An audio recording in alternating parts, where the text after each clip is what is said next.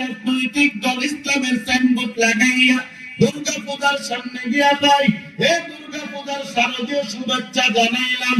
আমি বলবো ওই ইসলামী মরা দলগুলো আমার ভারতের মধ্যে ওই বাবরি মসজিদ ভেঙে চুরমার করে দিয়েছে।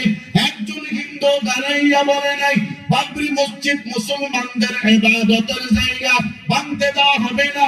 ও সব হিন্দুরা মিলে বাবরি মসজিদ ভেঙে চুরমার করে দিল।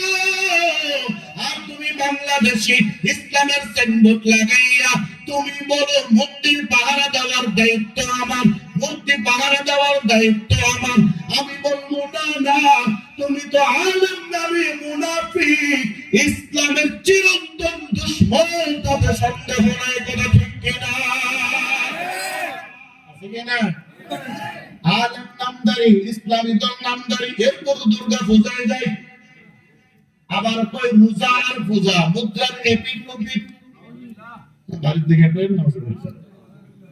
রোজা কার দান? আরো জোরে বলেন, পূজা কার দান? আরো জোরে বলেন। রোজা এবং পূজা মুদ্রার এপিক ওপিক কেমনে হয়?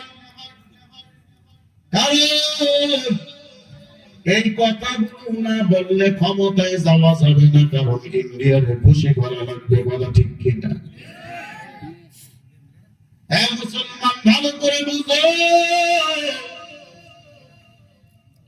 খলিফাতুল মুসলিমিন হযরত ওমর অর্ধ পৃথিবীর শাসক ছিলেন। ওনার শাসন আমলে বেদিনদের সঙ্গে রাষ্ট্রীয় একটা সফর ছিল, রাষ্ট্রীয় একটা মিটিং ছিল। দুপুর বেলা খাবার দাওয়াত, হযরত ওমর খানা খাওয়ার জন্য বসলেন। যখন হাতের মধ্যে লুকমা নিলেন, একটা ভাত জমিনের মধ্যে পড়ে গেছে। হযরত ওমর এই ভাতটাকে ওঠানোর জন্য যখন হাতটা বাড়াইলেন, সাথে একজন সাহাবী কুনুই দিয়া ধাক্কা দিয়া ওমরকে কই, ওমর ভাতটা উঠাইবা না, কারণ তোমার সামনে যারা আছে সবগুলো হলো টাকাওয়ালা, বড় বড় বড় বড় রাজনীতিবিদ, তারা ইসলামকে ঠাট্টা মশকারি করবে।